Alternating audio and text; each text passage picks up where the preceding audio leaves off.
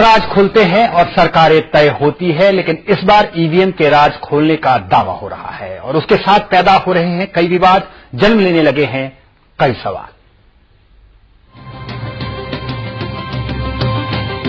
Electronic voting machine, लोकतंत्र में बटनों का खेल।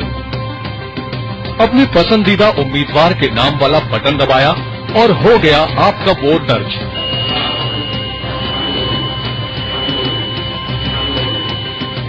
लेकिन सावधान, ये खेल इतना साधारण भी नहीं जितना कि हम बता रहे हैं और आप समझते आए हैं। बटनों के इस खेल में बड़ा गड़बड़ झाला है।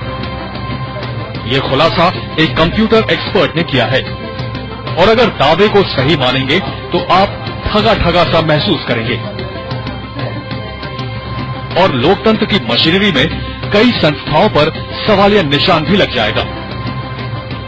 सुनकर हैरानी होती है, लेकिन दावा यह है कि आपके दबाए बटन पर आपका वोट आपके उम्मीदवार को न मिलकर किसी और ही के नाम दर्ज हो गया हो। कल तक बड़े काम की नजर आने वाली इस ईवीएम में एक चिप के फेरबदल के साथ ही ये सब मुमकिन हो जाता है। गड़बड़ की गुंजाइश और भी है। बाहर से एक जैसी नजर आती हर मशीन के अंदर बहुत कुछ अलग हो सकता है। ईवीएम के इस गोरखधंधे से पर्दा उठाया है कंप्यूटर एक्सपर्ट कल्पेश शर्मा ने, जो दावे के साथ कहते हैं कि इस मशीनी खेल में किसी कैंडिडेट या पार्टी को 70% तक वोट दिलाए जा सकते हैं। तो क्या दुनिया के सबसे बड़े लोकतंत्र के लिए वरदान बनकर आई मशीन ही अभिशाप साबित हो रही है? कल्पेश शर्मा की माने तो दिनों तक चलने वाली वोटों की गिनती को घंटों में समेटने वाली ईवीएम को मन मुताबिक नतीजों के मुताबिक ढालने के एक दो नहीं पूरे 5 तरीके हैं। पहला तरीका है प्रोग्रामिंग में फेरबदल। इस तरीके में प्रोग्रामिंग इस तरह कर दी जाती है कि बटन कोई भी दबे 70% तक वोट तय किए गए उम्मीदवार के नाम ही दर्ज होंगे। वायरलेस ट्रांसमीटर लगाकर सिस्टम में हेराफेरी।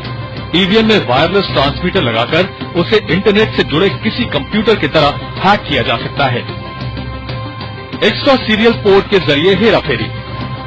ईवीएम कंट्रोल यूनिट में एक्स्ट्रा सीरियल पोर्ट लगाकर किसी दूसरे कंप्यूटर की मदद से प्रोग्रामिंग और डेटा में फेरबदल किया जा सकता है। ट्रोजन हॉर्स हैकिंग सॉफ्टवेयर का प्रयोग। इस सॉफ्टवेयर से पूरी इलेक्ट्रॉनिक डिवाइस, यानी इस मामले में ईवीएम और वोटों की गिनती के लिए प्रयोग होने वाले कंप्यूटर से दुनिया के किसी भी कोने में रहकर छेड़छाड़ मुमकिन है। ईवीएम मेमोरी से छेड़छाड़।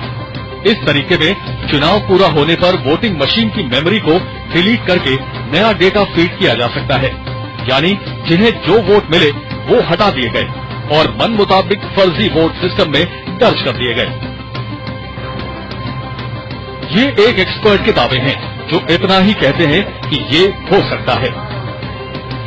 ये हुआ या नहीं, ये जांच का मुद्दा होगा। और दुनिया के सबसे बड़े लोकतंत्र में इन आशंकाओं को हकीकत में कर दिखाना कितना मुमकिन है, ये बहस का मुद्दा है। बहरहाल जो बातें सामने आई हैं, इस खतरे को टालने की पहल तो करनी ही होगी। इस समय अहमदाबाद से दीक्षित सोनी।